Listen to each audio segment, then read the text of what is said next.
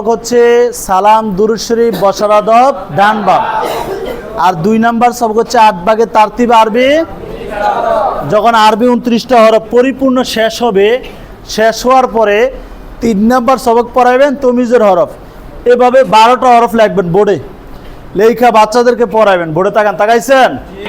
মনে মনে আছে 3 নাম্বার সবক তমিজের হরফ। বাচ্চাদেরকে বলেন, শুধু সবক নাম্বারটা বলেন। বলো, তমিজের হরফ। তমিজ অর্থ পার্থক্য করা। তমিজের হরফ 12টি। জিহ্বার আগা তারপর উপরের দাঁতের সঙ্গে লাগাইয়া, দাঁতের কই গোড়ার সঙ্গে লাগাইয়া বলো তা তা তা।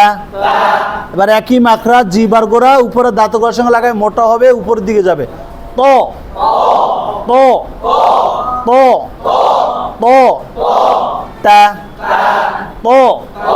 এবার জিহ্বার আগা তার বরাবর উপরে দাঁতের আগার সঙ্গে লাগায়া মাখরাজগুলো ঠোঁটস্থ থাকতে হবে। রো রো রো দাল দাল দাল হা হা। এবার হা হা হা। অফ, জিহ্বার গোড়া তার উপরে তালুর সঙ্গে লাগায় 2 নক্তওয়ালা অফ অফ। এবার জিহ্বার গোড়া থেকে একটু আগে বাড়াইয়া কাফ কাফ অফ কাফ। জিম ঝা সিন সদ। এবার বাচ্চাদেরগুলো 12টা হরফ শিক্ষা দিবেন, পারবেন? 4 নাম্বার হচ্ছে কায়দার তারতিব আরবি 29টা হরফ সুন্দর করে বোর্ডে লিখবেন, লেখা বাচ্চাদেরকে পড়াবেন। বলেন, আলিফ আলিফ বা, কয় আলিফ টান? তা থা জিম হা খ দাল দাল র